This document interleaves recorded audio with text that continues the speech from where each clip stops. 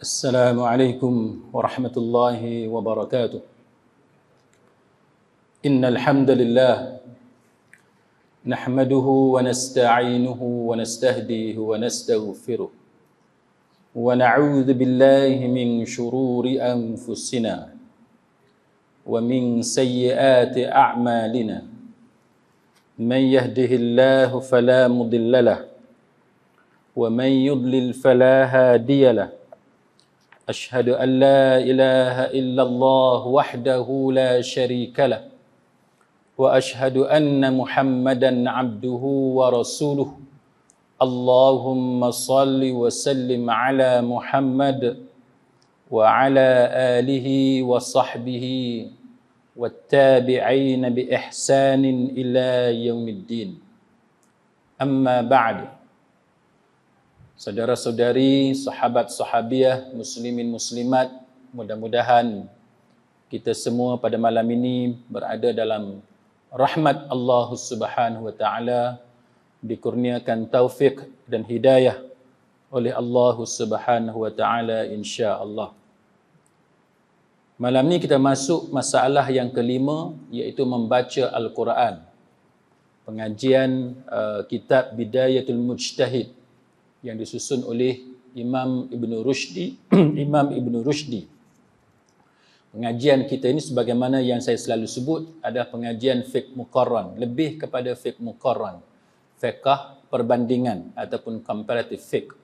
Cuma kita tidak terlalu detail sebab kita structure kuliah ini untuk sebagai kuliah umum untuk orang-orang awam. Baik, masalah yang kelima, yakni membaca Al-Quran. Sama ada membaca Al-Quran diwajibkan berwuduk ataupun tidak. Imam Ibn Rushdi, dia mengatakan bahawa jumhur ulama berpendapat bahawa orang yang tidak berada dalam keadaan wuduk boleh membaca Al-Quran dan juga boleh berzikir. Baik, sebagaimana yang kita mengaji sebelum ni tuan-tuan, bila kita sebut jumhur ulama, maknanya ada khilaf di kalangan para ulama tentang isu yang kita bincang. Bila kita sebut je jumhur ulama, maknanya dah ada perbezaan pendapat. Cuma bila adanya perbezaan pendapat, kita dah faham dah sebelum ni bahawa perbezaan pendapat itu dikategorikan kepada dua. Dibahagikan kepada dua. Kategori yang pertama, perbezaan pendapat yang diakui ataupun yang diiktiraf, yang wajib kita hormat perbezaan pendapat itu. Itu dipanggil sebagai khilaf yang mu'tabar. Setengah ulama dia tak suka perkataan khilaf, tak apalah. Khilaf ataupun ikhtilaf, yang mu'tabar. Satu lagi, bila kita sebut perbezaan pendapat, dia ada perbezaan pendapat yang ghair mu'tabar, yang tidak mu'tabar. Jadi itu yang kita dah mengaji sebelum ni. Maka bila kita dengar sahaja atau kita baca sahaja tulisan Imam Ibn Rushdi, dia kata jumhur ulama, mana kita dah datang dalam kepala kita, oh ada khilaf, ada pendapat lain dalam masalah ini. Tetapi Imam Ibn Rushdi, dia sebut dahulu pendapat yang pertama adalah pendapat jumhur ulama yang mengatakan bahawa bila kita nak baca Quran ataupun kita ingin berzikir, tidak diwajibkan kepada kita berwuduk. Yang ni pegangan kita di Malaysia selama ni. Ini pegangan kita di Malaysia selama ini. Tak wajib untuk kita berwuduk bila kita nak baca Quran, dan juga tidak wajib untuk kita berwuduk apabila kita hendak berzikir. Tetapi, dia ada tetapi. Imam Ibn Rushdi, dia bawa satu lagi pendapat. Ini yang kita nak tahu. Dia bawa satu lagi pendapat. Yang mana pendapat yang kedua ni, walaupun tidak diamalkan di negara kita, tidak diamalkan oleh orang-orang Islam di sebelah sini, tapi sebagai ilmu, kita belajarlah apa pendapat yang kedua. Pendapat yang kedua, dia kata tidak boleh membaca Al-Quran melainkan berwuduk. Dia kata wajib berwuduk bila nak baca Quran. Bukan cerita sentuh. Bukan cerita sentuh mushaf. Bukan cerita sentuh Quran. Ini cerita baca Quran. Rupa-rupanya ada pendapat yang kedua, tapi pendapat yang kedua ni pendapat minoriti, kan, pendapat tak ramai di kalangan para fuqaha, tapi ada pendapat yang kata nak baca Quran pun wajib berwuduk, dia kata. Lepas tu dia kata begitulah juga, dia kata nak berzikir pun wajib berwuduk, nak tak nak mesti berwuduk kita nak berzikir. Ini pendapat yang kedua.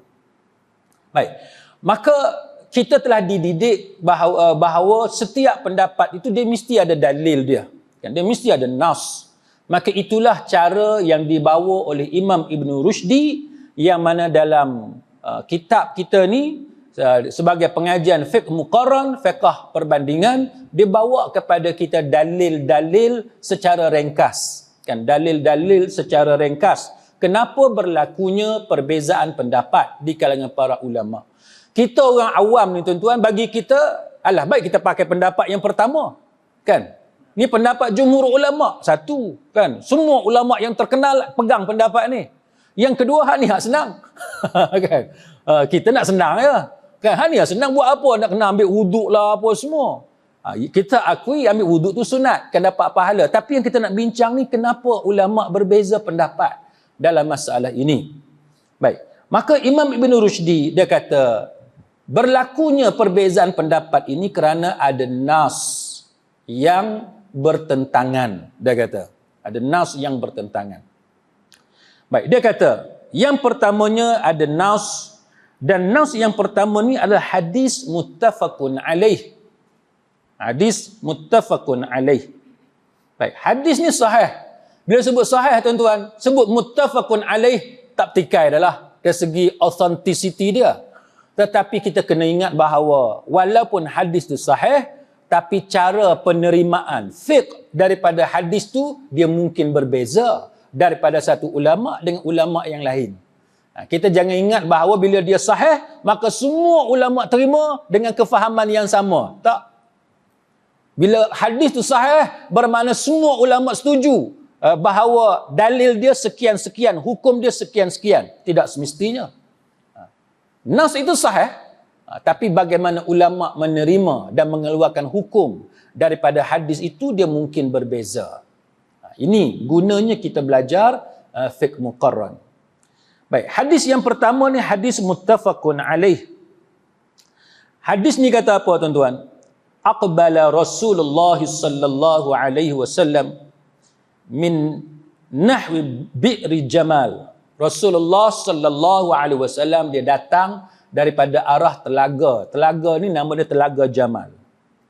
Baik, lalu satu orang dia kata falaqiyahu rajulun fasallama alaihi falam yuraddu alaihi hatta aqbala 'ala al-jidar. Dia kata lalu satu orang berjumpa dengan Rasulullah sallallahu alaihi wasallam. Dan Nabi tak jawab orang ni. Nabi tak jawab salam orang ni, sehinggalah Nabi menghadap dinding, Nabi menghadap tembok, Nabi sapu wajah Nabi, maknanya Nabi bertayamum. Kan? Nabi bertayamum dan sapu, selain pada sapu wajah, Nabi juga sapu kedua-dua tangan Nabi. Kemudian barulah Nabi menjawab salam orang tu. Nabi selesaikan dulu tayamum Nabi. Hadis ni tuan-tuan, walaupun kita baca dalam tajuk berkenaan dengan baca Quran, tapi saya nak cerita sedikit kepada tuan-tuan bahawa hadis ini jugalah yang menjadi dalil di sisi para ulama bahawa tepuk tanah memadai sekali. Sebab ulama berbeza pendapat. Setengah ulama kata satu tepuk untuk satu anggota. Kan? Sebagai ulama kata satu tepuk, yang lain pula kata ada dua tepuk dan sebagainya. Ada ulama kata 3 kali tepuk dan sebagainya. Jadi ulama yang mengatakan bahawa berpandukan kepada hadis ini, mereka mengatakan bahawa hadis ini menunjukkan kepada kita Nabi tidak mengajar kepada kita dalam arti kata Nabi tidak menghadkan, Nabi tidak menentukan bilangan. Jadi berdasarkan hadis ini menyebabkan ramai di kalangan para fuqaha mengatakan bahawa memadai hanya sekali. Sekali tepuk pun sudah memadai. Baik. Jadi hadis ini dijadikan dalil oleh sebahagian ulama untuk mengatakan bahawa wajib berwudu untuk kita berzikir dan untuk kita baca Quran. Zikir pun wajib berwudu, baca Quran pun wajib berwudu. Baik, hadis yang kedua, kan? Hadis yang kedua adalah hadis yang digunakan oleh jumhur ulama, iaitu hadis Ali radhiyallahu anhu. Apa kata Ali? Ali kata anna Rasulullah sallallahu alaihi wasallam kana la yahhubuhu an qira'atil Quran syai'un illa al-janabah. Nabi kata apa? Ali kata apa? Ali kata bahawa tidak ada, kan? Tidak ada yang menghalang. Kana la yahjubuhu an qira'atil Quran. Tidak ada yang menghalang Nabi ni daripada membaca Quran kecuali janabah. Baik, hadis ni tuan-tuan, hadis ni dia dhaif di sisi sebahagian ulama, kan? Hadis ni dia dhaif di sisi sebahagian ulama, tapi dia sahih di sisi ulama yang lain. Ibnu Khuzaimah kata dia sahih, Ibnu Hibban dan sebagainya. Albani kata dia dhaif. Baik. Jadi ulama berbeza pendapat tentang hadis ni. Tapi hadis ini menjadi dalil di sisi sebahagian ulama yang mengatakan jumhur ulama, majoriti ulama kata hadis yang kedua ini menasahkan hadis yang pertama. Lepas tu dia kata, kemudian yang mewajibkan wudu, dia kata dia pilih hadis yang pertama. Baik. Cerita dia macam ni, tuan-tuan sekalian. Cerita dia ialah bagaimana Nabi sallallahu alaihi wasallam baca Quran. Maka jumhur ulama dia berpegang kepada hadis Ali bin Abi Talib radhiyallahu anhu untuk mengatakan bahawa tak ada yang menghalang Nabi. Sebab hadis ni kata kana la yahjubuhu an qiraatil Quran syai'un illa al-janabah. Tidak ada yang menghalang Nabi daripada baca Quran kecuali janabah. Menyebabkan jumhur ulama berpendapat bahawa kita boleh baca Quran selagi kita tidak berjunub. Maka hadis ini jugalah menjadi dalil di sisi sebahagian ulama yang lain untuk mengatakan bahawa perempuan yang haid, sebagaimana yang kita belajar sebelum ni. Begitu juga orang yang mengaji Quran, kan? Dia berguru dengan Quran dia. Kebetulan dia haid pada masa itu. Ataupun guru yang mengajar Quran, tapi dia dalam keadaan period pada waktu itu. Maka Imam Malik dan juga ulama-ulama yang bersetuju, yang selari dengan pendapat Imam Malik, mengatakan bahawa mereka boleh, kan, membaca Al-Quran dalam keadaan yang sedemikian. Cuma dalam mazhab Syafi'i dia lebih strict dalam masalah ini. Sebab itu siapa yang berpegang kepada mazhab Syafi'i, maka haram bagi dia membaca Quran ketika dia dalam keadaan haid. Jadi siapa yang berpegang kepada mazhab Syafi'i, mereka juga tanya, ada tak kelonggaran bagi mereka dalam keadaan mereka tidak meninggalkan mazhab Syafi'i? Maka dalam mazhab Syafi'i, kalau kita tak baca ayat penuh, kan, kita ustazah, kita period, tapi kita kena ajar anak murid kita baca Quran. Maka sekadar memperbetulkan sepatah dua daripada ayat Quran itu dibenar. Itu fiqh mazhab Syafi'i. Itu fiqh mazhab Syafi'i. Tapi bagi sesiapa yang berpegang selain daripada mazhab Syafi'i, sebagaimana yang kita sebut berdasarkan hadis ini dan juga dalil-dalil yang lain, para ulama mengatakan bahawa boleh membaca Quran. Yang menghalang daripada baca Quran hanya janabah. Kan, bila berjunub sahaja yang tak boleh baca Quran. Dan berjunub itu waktu dia singkat. Kan, waktu dia sekejap. Dan kita disunatkan untuk menyegerakan mandi. Berbanding dengan haid, berbanding dengan period. Period ni dia lama. Kan, dia berhari-hari. Yang tu lama. Kan, kita tak ada daya upaya. Melainkan bila dia kering, kita bersih, baru kita boleh mandi. Tapi berjunub dia benda yang ikhtiari. Kan, benda yang jadi pilihan kita. Kita lambat mandi, kita berjunub lamalah. Tapi kalau kita segerakan mandi, maka pendek waktu kita berjunub. Baik. Maka baca Quran ni tuan-tuan sekalian, para ulama bagi penekanan kepada kita. Walaupun apa yang kita belajar pada malam ni tuan-tuan sekalian, baca Quran itu tidak wajib kita berwuduk, tetapi dianjurkan, disunatkan kepada kita berwuduk. Dan Quran itu, kan, antara sebab yang disebut oleh para ulama, kenapa dianjurkan kepada kita untuk kita berwuduk? Kerana dia termasuk ibadat yang sangat dimuliakan, yang sangat besar, sangat agung. Maka kerana itu dia termasuk dalam ibadat yang mana walaupun tidak wajib bagi kita untuk berwuduk, tetapi kita dianjurkan untuk berwuduk. Nah, kerana besarnya pahala bagi orang yang membaca Quran. Baik, kita baru selesai daripada bulan Ramadan. Dalam bulan Ramadan ramai di kalangan kita bertadarus, kan, kita baca Quran. Ramai di kalangan kita juga yang baca Quran tu sampai khatam. Dan ada yang tidak khatam. Tak apalah. Sekarang ni kita baru selesai daripada bulan Ramadan. Bila kita baru selesai daripada bulan Ramadan, kita kena tanya diri kita, adakah kita meneruskan ibadat kita membaca Al-Quran sebagaimana gigihnya kita membaca Al-Quran ketika kita berada dalam bulan Ramadan. Baik, pasal apa dalam bulan Ramadan kita bersungguh-sungguh baca Quran? Dan kenapa kita dianjurkan supaya meneruskan kesungguhan itu walaupun selesai daripada bulan Ramadan? Jawapan dia kerana Quran, sebagaimana yang saya sebut tadi tuan-tuan, para ulama mengatakan kerana dia terlalu agung, maka dia termasuk dalam ibadat yang disunatkan kepada kita untuk berwuduk walaupun tidak diwajibkan kita berwuduk ketika kita membaca Al-Quran.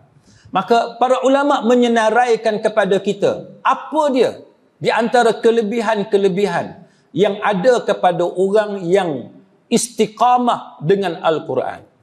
Yang pertamanya, para ulama menyatakan bahawa yang pertamanya, ibadat membaca Quran ini, dia termasuk dalam perniagaan yang tidak pernah rugi.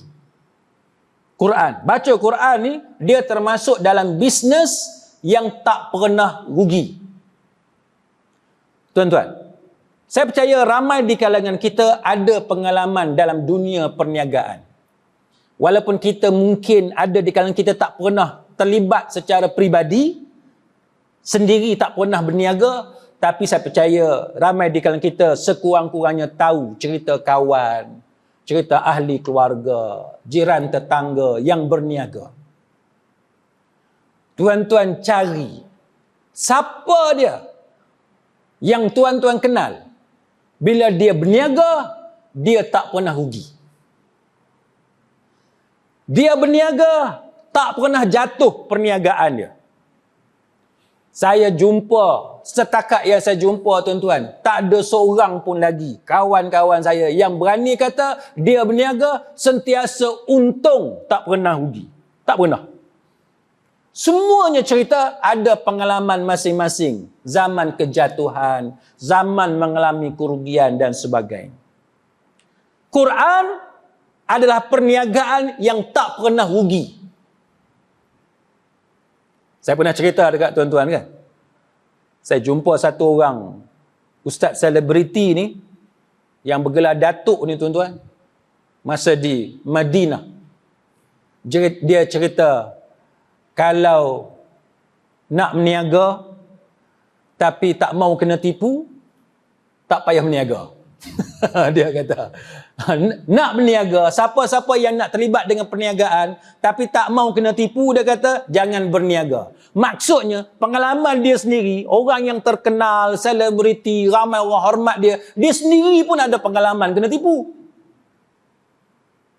Atas dunia ni tuan-tuan, tak payah bohong lah. Atas dunia ni berniaga cara umrah kena tipu. Niaga buku agama, cara buku agama. Itu kita tak cerita berniaga minyaknya, petrol, berniaga barang kemas, berniaga cryptocurrencies, mata wang digital dan sebagainya. Banyaklah. Okay. Tapi Quran, membaca Quran, para ulama kata dia adalah perniagaan yang tak pernah rugi. Pasal apa? Sebab dalam Quran Allah Subhanahu wa taala sebut, a'udzu billahi minasyaitonir rajim, alladzina yatluna kitaballah wa aqamus salah wa anfaqu mimma razaqnahum sirran wa alaniyatan yarjuna tijaratan lan tabur liyuwaffiyahum ujurahum wa yazidahum min fadlihi innahu ghafurun syakur. Sesungguhnya Allah sesungguhnya orang-orang yang selalu membaca kitabullah dan mendirikan solat dan menafkahkan sebahagian dari rezeki yang kami anugerahkan kepada mereka dengan diam-diam dan secara terang-terangan. Mereka itu mengharapkan perniagaan yang tidak akan rugi, agar Allah menyempurnakan kepada mereka pahala mereka dan menambah kepada mereka dari kurniaannya. Sesungguhnya Allah Ta'ala Maha Pengampun lagi Maha Mensyukuri. Ayat ni dia sebut macam mana golongan ni yang selalu baca Quran, yang semayang, menafkahkan sebahagian daripada rezeki. Orang ni mereka mengharapkan perniagaan yang tidak akan rugi. Jadi benda yang ulama kata tu berdasarkan kepada ayat Quran. Maka apa kata Imam Ibn Kathir rahimahullahu ta'ala? Imam Ibn Kathir dia petik kata-kata Qatadah rahimahullahu ta'ala yang wafat pada tahun 118 Hijrah. Dia kata apa? Dia kata satu tokoh tabi'in. Satu tokoh tabi'in nama dia Mutarrif bin Abdullah. Tabi'in ni dia kata bila dia baca ayat ni, ayat yang kata ibadat ni tijaratan lan tabur, perniagaan yang takkan rugi. Setiap kali dia baca ayat ni tijaratan lan tabur, perniagaan yang tidak akan rugi, dia kata apa? Ini adalah ayat yang berkenaan dengan orang yang suka baca Quran. Siapa yang baca Quran, ayat yang cerita berkenaan dengan orang yang suka baca Quran ialah tijaratan lan tabur, perniagaan yang takkan rugi. Macam mana tu? Al-Imam Asy-Syaukani rahimahullahu ta'ala dia kata apa? Ay yastamirruna ala tilawati. Dia kata maksudnya dia terus menerus baca Quran dan menjadi kebiasaan dia membaca Quran. Nih, tijaratan lan tabur, jadi kebiasaan. Tuan-tuan duduk dalam kereta bukannya menyanyi lagu hari raya, kan? Duduk dalam kereta terkeluar, terpacul daripada mulut dia Quran. Sikit-sikit ayat Quran, sikit-sikit ayat Quran. Ini orang yang sentiasa dengan Quran. Walaupun kita tak hafal Quran 30 juzuk, tapi kita hafal adalah 4-5 surah yang biasa kita hafal, termasuk juzuk amma apa semua. Tapi sementara kita tunggu anak kita, sementara kita bermusafir, sementara jam KL Perlis berapa jam? 24 jam, kan? Tidak kata duk menyumpah, sumpah seranah, maki hamu, tidak. Tetapi yang menemani dia di sebalik steering yang dia pegang itu adalah ayat Quran yang dia baca.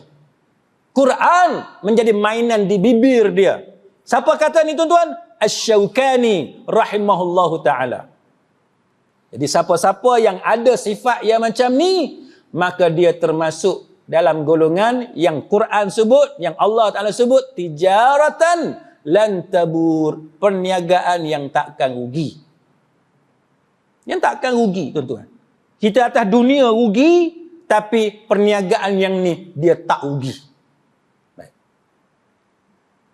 Pasal apa? Sekarang timbul soalan. Pasal apa tak rugi Quran ni?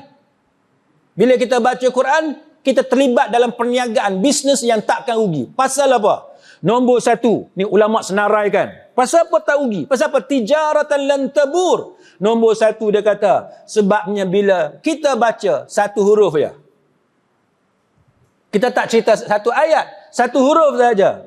Maka dia dapat satu pahala dan dikali dengan 10. Hak ni tuan-tuan, tak ada perniagaan atas dunia yang bagi tuan-tuan beli satu percuma 10. Tak ada. Kalau ada pun selalu kena tipu. Lah, beli satu percuma satu. Tengok percuma satu apa dia? Alamak. Okay, kita tengok. Rupa-rupanya dua barang, tapi harga dia dah naikkan siap-siap dah. Beli satu RM15, beli dua RM20, tambah RM5 je. Kita kata untung beli dua. Bila kita tengok balik, rupa-rupa dia dah up siap-siap. Itu atas dunia. Tapi Allah dia tak buat kepada hamba dia macam tu. Kita baca Quran tuan-tuan, kira sendiri berapa huruf. Tapi nak cerita satu huruf, dapat satu pahala, ganda lagi 10. Sebab itu, nombor 1, ulama' mengatakan bahawa perniagaan yang melibatkan baca Quran ini adalah satu bisnes yang kamu takkan rugi. Kamu takkan rugi. Ini berdasarkan hadis Tirmizi yang kita dah biasa baca sebelum ni. Baik. Yang keduanya tuan-tuan, pasal apa? Dia takkan rugi. Sebab para ulama mengatakan bahawa yang kedua, kerana kebaikan yang kita buat, dia memadamkan segala kesalahan kita. Ni surah Hud ayat 114. Innal hasanati yudhibnas sayyiat. Sesungguhnya perbuatan yang baik itu dia menghapuskan dosa ataupun perbuatan yang buruk. Setiap kali buat benda baik, dia hapuskan benda buruk, dosa kita. Bila kita baca Quran, baik. Ganda lagi 10, dia akan padamkan dosa-dosa kita yang lampau. Itu yang kata takkan rugi. Tuan-tuan nak tahu, tanda orang yang amalan dia dalam bulan Ramadan, Allah Ta'ala terima. Dan tanda yang seseorang itu amalan dia dalam bulan Ramadan Allah Ta'ala tidak terima.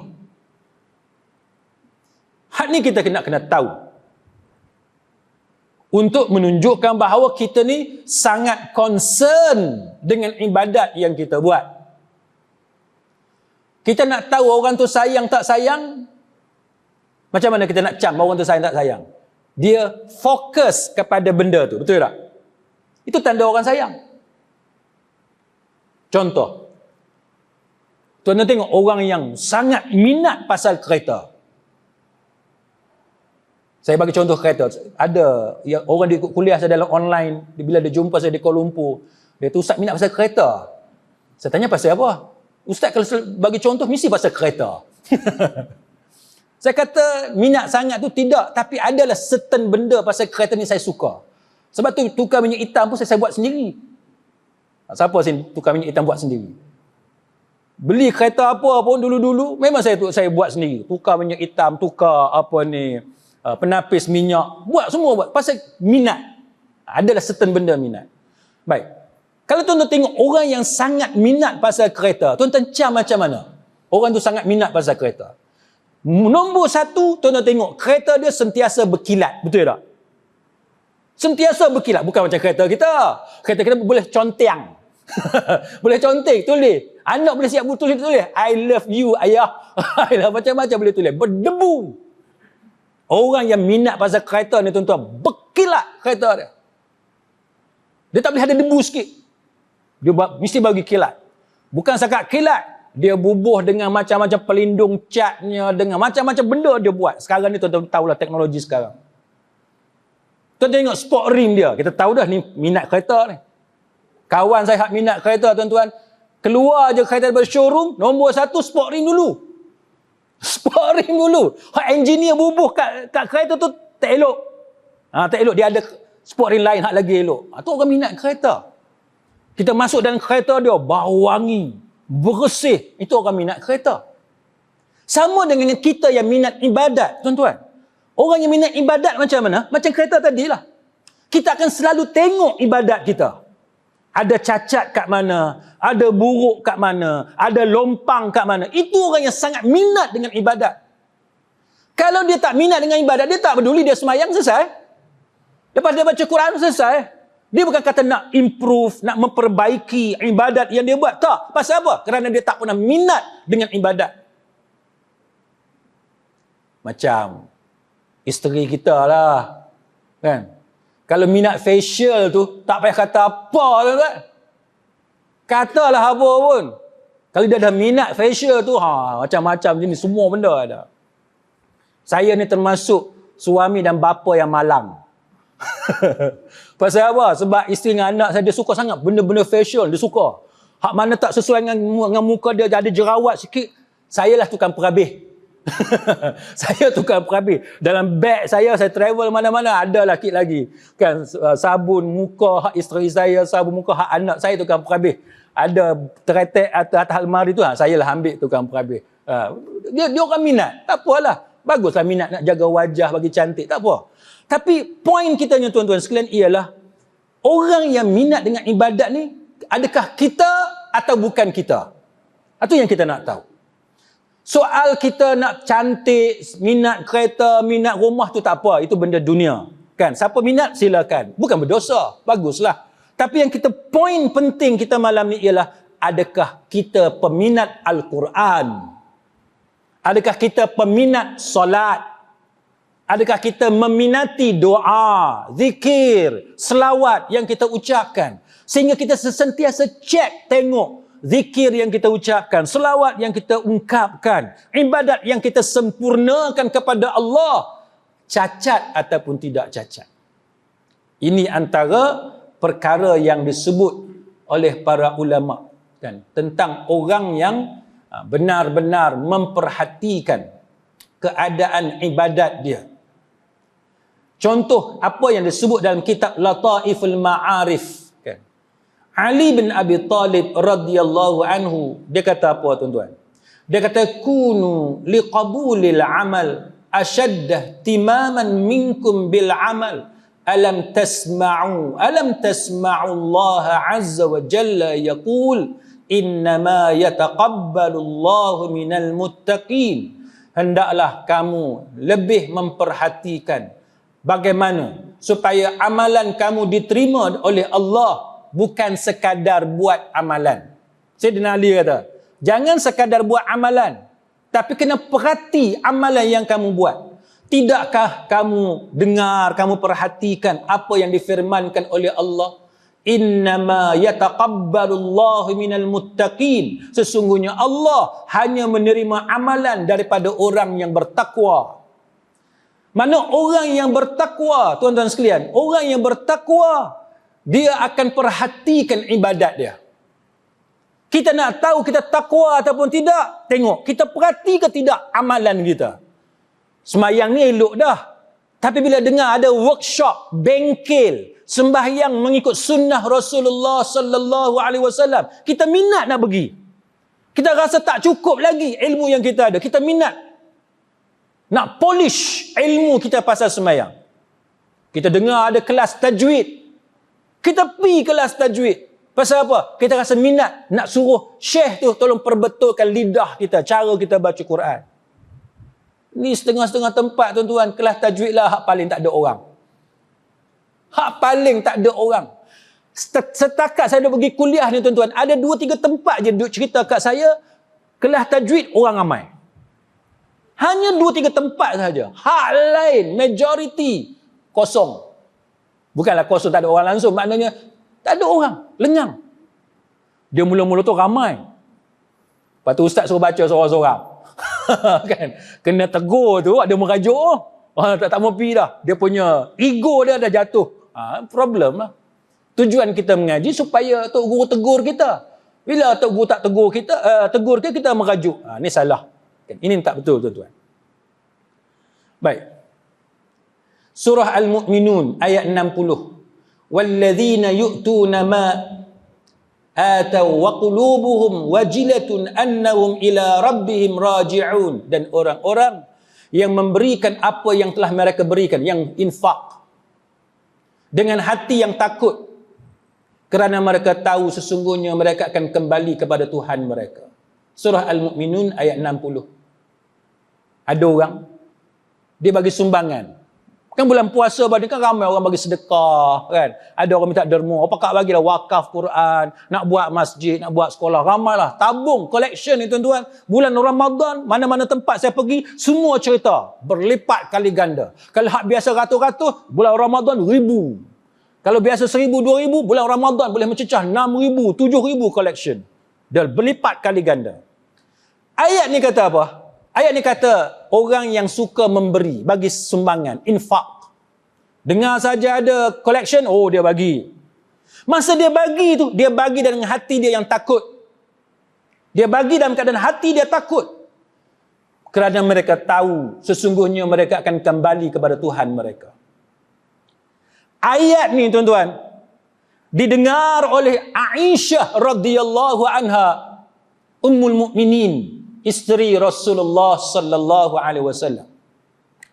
Aisyah radhiyallahu anha bila dia dengar ayat Quran ini, tiba-tiba dia kata apa? Aisyah kata ayat ni pelik. Aisyah kata, ayat ini ganjil.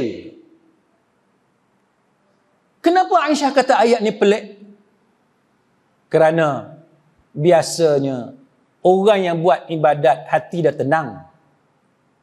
Siapa semayang, siapa baca Quran, siapa yang berdoa, siapa yang berzikir, yang banyakkan selawat, hati dia akan tenang.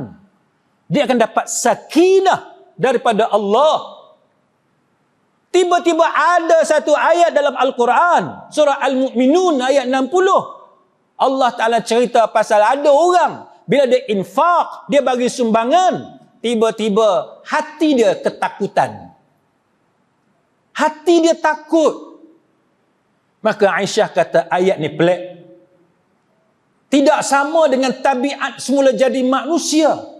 Yang mana manusia biasanya kalau dia buat benda-benda baik, hati dia seronok.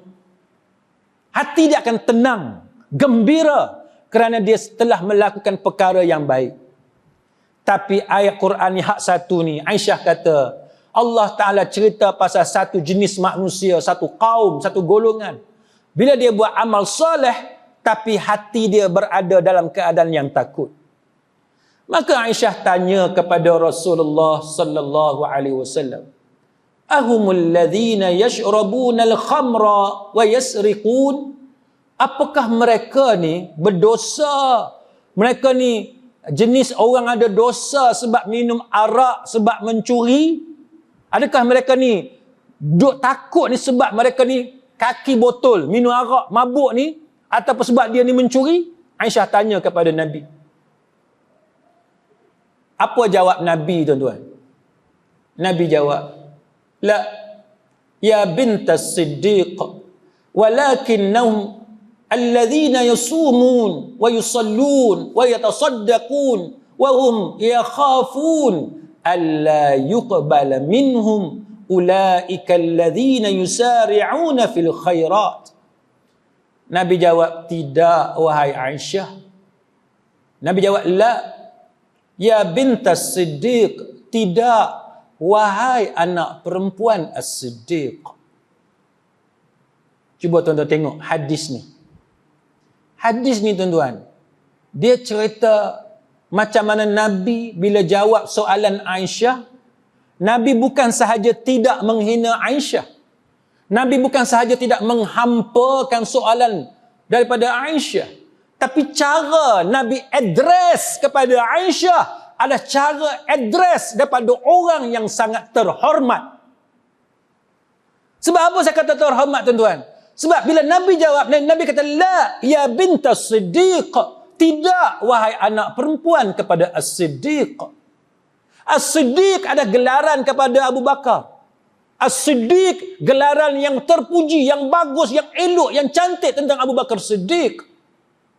Itu cara yang diajar oleh Nabi kepada kita dalam kita address kepada soalan daripada isteri kita. Kita, tuan-tuan, kalau bini tanya, apa kita jawab? Hang ni. Waktu pun tak tahu lah. Kita bagi itu. Hang sekolah mana dulu? Kan? Hak lagi tak bagusnya, tuan-tuan. Hang dengan pak hang sama. Tak pasal-pasal pak dia pun kena. Tak pasal-pasal. Yang tu yang jadi bergaduh suami isteri. Anak tengok, anak belajar perangai ayah dia. Macam mana ayah dia jawab soalan mak dia. Ini sangat tidak bagus. Sunnah yang diajarkan oleh Nabi bukan setakat semayang. Sunnah yang diajarkan oleh Nabi bukan setakat cara baca Quran, cara zikir. Tapi antara sunnah yang ditekankan oleh Nabi, cara hang address bini hang. Cara kita bercakap, bertutur dengan pasangan hidup kita, dengan isteri kita. Itu antara sunnah yang diajarkan oleh Nabi sallallahu alaihi wasallam. Lepas ni boleh tak kita buat lagu ni? Pergi kat rumah, balik rumah pukul 10 hari, kan, bini tanya, abang beli tak lagi? Kan gula hak saya suruh beli. Lak juga tu. Keluar lak juga. Lak juga. Tidak. Ya binta apa? Wahai anak perempuan Tan Sri apa-apalah, dah kita menantu Tan Sri. Bini pun terkejut, ni laki aku pasal apa pula ni? Kan? Hai, pasal apa pula laki aku ni? Kan? Dia address aku ni, something wrong ni. Wahai anak perempuan Tan Sri apa-apa, kan? Itu yang diajarkan oleh Nabi. Sunnah. Akhlak kita, kan, pribadi syakhsiyah kita dalam kita berinteraksi dengan manusia, yang perlu kita contohi. Baik. Jadi apa jawab Nabi? Nabi kata, la ya bintas Siddiq. Tidak, wahai anak perempuan kepada As-Siddiq. Mana Aisyah lah. Kan Aisyah. Tidak, wahai Aisyah. Malah mereka itu Nabi kata, mereka adalah orang yang berpuasa. Kan, mereka mendirikan solat. Dan mereka bersedekah. Tetapi mereka rasa takut dengan amalan yang mereka lakukan. Takut pasal apa? Takut Allah Ta'ala tak terima. Dia takut Allah Ta'ala tak terima. Maka itulah golongan yang sentiasa, Nabi kata, yusari'una fil khairat, yang sentiasa berlumba untuk melakukan kebaikan. Jadi kita, tuan-tuan sekalian, kita kena tanya diri kita, kita ada tak perangai lagu ni? Kan? Habis Ramadan, kita terus ataupun tidak terus dengan baca Quran? Dah masuk waktu? Seminit lagi. Adakah kita lepas kita buat benda baik, tiba-tiba kita buat benda jahat?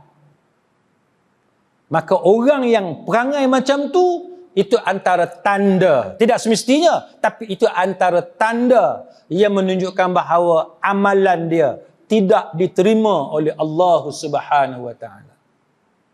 Tanda amalan dia diterima oleh Allah bila dia buat satu kebaikan disusuli dengan kebaikan yang lain.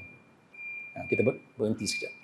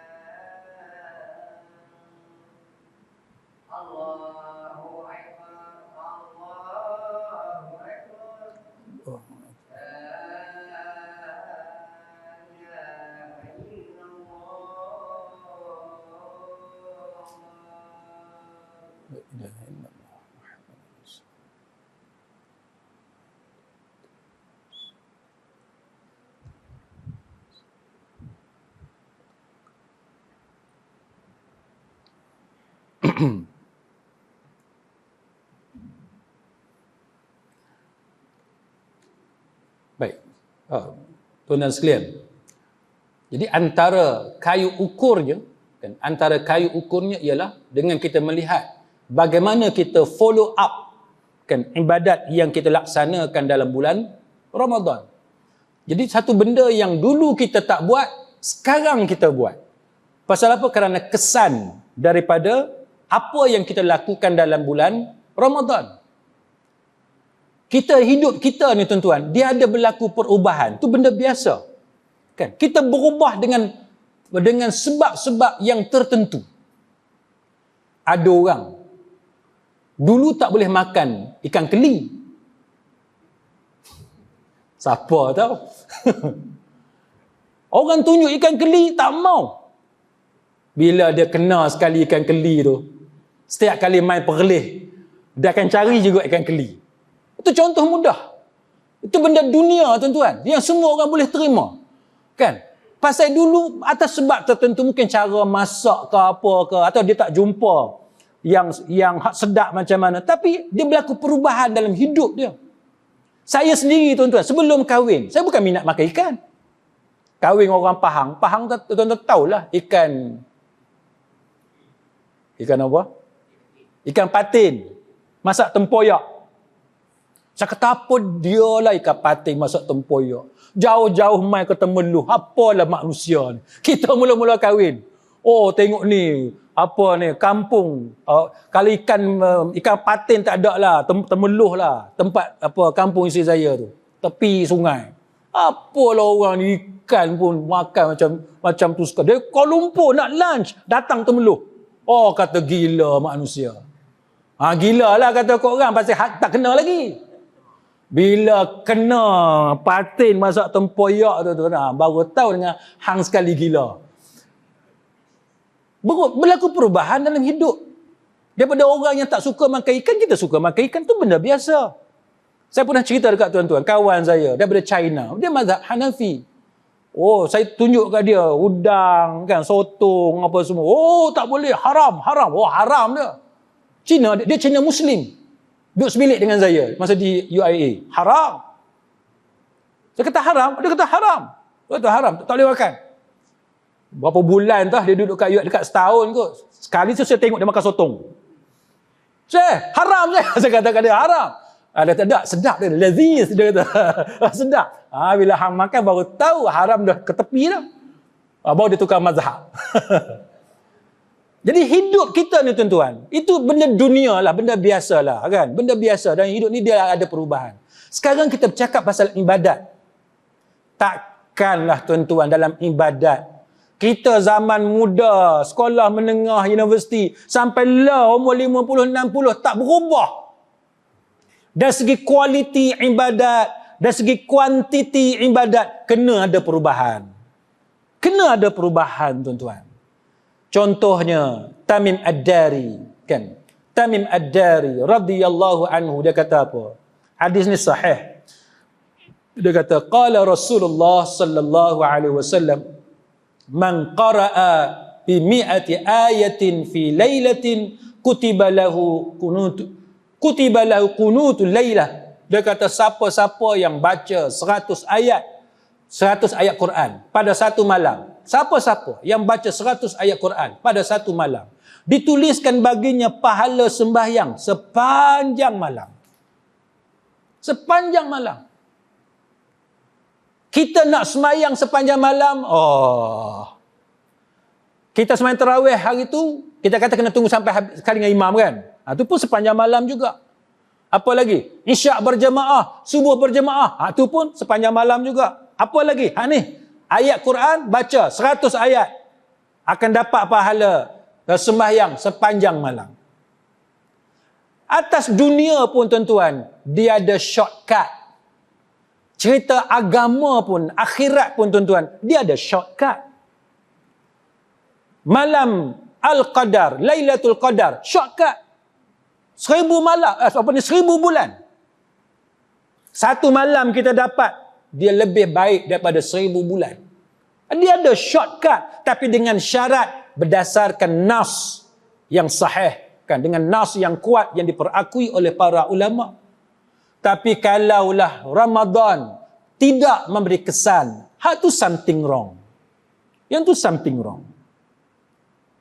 Kita minta maaf zahir batin. Nak Syawal, nak raya, minta maaf zahir batin. Tapi, cuba tuan-tuan tengok. Di Pahang, 2 buah rumah berkembar, terbakar. Forensik, bomba masuk, siasat tengok, dalam salah sebuah rumah tu ada timbunan mercun. Rupa-rupanya salah seorang penghuni rumah tu, dia jual mercun. Di mana? Di Kuantan ke di mana? Apa yang kita buat? Kita buat satu benda yang membahayakan nyawa orang lain. Sehingga kanak-kanak tu meninggal dunia. Tuan-tuan boleh tengok video yang viral tu. Si ibu ni kata apa? Anak dalam rumah, abang, anak dalam rumah. Dia sebut. Saya tengok video tu, tuan-tuan, sebab dada dia. Sebab dada kita. Mati anak dia. Kita dalam agama, tuan-tuan, makan bawang pun dilarang datang masjid. Nabi tak bagi siapa makan bawang. Apatah lagi buat benda yang membahayakan nyawa orang. Di Kelantan, 5 buah rumah terbakar. Pasal apa? Ada siapa entah pergi lempar mercun atas bumbung. Dekat-dekat nak raya, berapa hari lagi nak raya, dia main mercun, dia lempar, dia lontar mercun tu atas bumbung. Terbakar 5 biji rumah. Kita nak kata apa, tuan-tuan? Kita tengok anak kita main, kita tak larang. Tak cari tempat yang sesuai. Bila nampak dia buat benda yang bahaya, kita tak cegah. Yang ni jadi ni. Sedangkan dalam agama, kita dilarang daripada melakukan perkara sedemikian. Puasa ni tuan-tuan, dia ajar kita apa? Bukan sahaja kita tak boleh makan benda halal. Benda halal, benda haram tak boleh makan, tak apa, itu kita faham. Ni halal pun tak boleh makan. Isteri kita yang halal pun tak boleh sentuh siang hari Ramadan. Malah kalau kita musafir ataupun kita haid, kita diberi rukhsah tidak puasa, dilarang daripada sengaja makan minum depan orang ramai. Dia khalayak, tak boleh juga.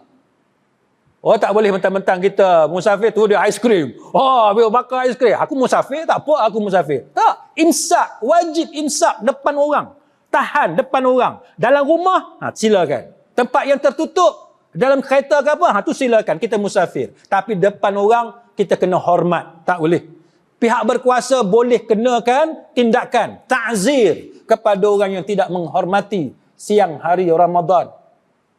Tiba-tiba kita, tuan-tuan, main mercun sampai terbakar rumah, sampai mati orang. Mana dia madrasah Ramadan?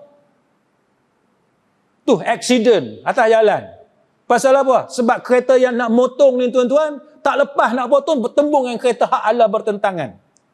Perangai orang kita, bila ada orang nak potong, dia tekan minyak lagi derah.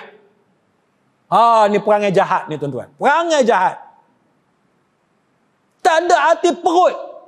Bila kita tekan minyak lagi derah, orang tu tak sempat nak mengelak daripada bertembung, dia aksiden, tengok nanti ada anak jadi yatim. Ada anak kehilangan ibu. Ada ayah kehilangan anak. Macam-macam cerita. Jadi macam mana Ramadan bagi kesan kepada kita? Kita baca Quran, kita faham atau tidak apa yang kita baca dalam Quran yang selama kita duduk tadarrus. Seolah-olah Quran tidak memberi kesan kepada kita sepanjang sebulan kita berpuasa dalam bulan Ramadan. Tak bagi kesan. Saya nak balik ke sini, tuan-tuan, buka Google Map. Tak mau kena jam teruk orang lain 12 jam, 20 jam. Kita buka Google Map dari Kelantan mai sini. Google Map, tuan-tuan tahulah dia bawa masuk bendang mana, entah apa semua, masuk. Tu dia ni sampai Paris ke apa. Masuk hutan apa semua. Sampai dekat-dekat belah Padang Serai ke belah mana. Saya tak ingat lah. Sebelum sampai ke Penang tu, dalam Kedah lagi, rasa lebih kurang Kuala Ketil, Padang Serai macam tu lah, lebih kurang. Dia bawa lalu kot bendang, ada satu titi muat satu kereta. Satu titi muat satu kereta. Tak apalah. Itu cabaran raya. Kita seronok lah. Saya pun sampai titi pergi. Tiba-tiba kereta ujung tu dia naik juga atas titi. Yang kita dah sampai ujung dah. Dia naik juga. Saya pun tunggu kok dia nak undur. Dia tak mau undur. Lepas tu siapa nak undur? Ni. Muka ni lah undur. Kan? Saya kata kat isteri saya, kata, ni raya, ni tu raya ketiga. Saya balik ke Penang, raya ketiga. Ni raya lagi, glamour aku bergaduh dengan orang ni. Kan? Tak apalah. Kita dah ujung dah. Kita undur lah. Undur sepanjang titi tu. Sampai ke belakang. Lepas tu dia pun keluar. Saya pun buka cermin. Rupanya budak muda lagi. Rambut panjang ikat kat belakang dia. Rambut dah, kan? Saya kata, adik. Saya kata kat dia lah. Tapi tak adalah marah apa. Adik. Hari ni raya, saya kata. Abang dah sampai ujung dah. Patut adik tunggulah dulu. Abang sampai ujung perhabis tu. Saya tunggu lama dah. 10 biji kereta dah saya tunggu. Dia kata. Kita tak tahu 10 biji kereta ke berapa biji kereta. Kita tak tahu. Kita sampai-sampai tengok tak ada orang. Kita pergi. Tiba-tiba dia kata ada 10 biji kereta. Saya kata, ni dari Kelantan ni tak tahu berapa ratus biji kereta. Kan? Dengan jam. Hak patut sampai 6 jam jadi 8 jam, 10 jam. Tapi kita kena sabarlah. Itu yang Ramadan. Dia didik kita supaya sabar. Boleh kontrol diri kita. Jadi orang yang boleh sabar, boleh kawal kemarahan dia, boleh kontrol diri dia, dia tak akan buat zalim kepada orang lain. Terutamanya kepada ahli keluarga dia dan seumpamanya. Kita berhenti setakat itu tuan-tuan. Mudah-mudahan Allah Subhanahu wa taala menjadikan bacaan Al-Quran yang kita baca itu, kan, walaupun apa yang kita baca pada malam ni mengatakan bahawa tidak wajib kita berwuduk, tetapi sebagaimana saranan para ulama, oleh kerana Al-Quran adalah kalam Allah, adalah wahyu, maka sangat-sangat dianjurkan kepada kita untuk kita berwuduk bagi memuliakan Al-Quranul Karim. Mudah-mudahan kita antara orang yang mendapat banyak manfaat daripada Al-Quran yang diturunkan oleh Allah Subhanahu wa taala. Insya-Allah, wallahu a'lam. Aqulu qawli hadza wa astaghfirullahal azim li wa lakum. Wassalamu alaikum warahmatullahi wabarakatuh. Subhanakallahumma wa bihamdik asyhadu an la ilaha illa anta astaghfiruka wa atubu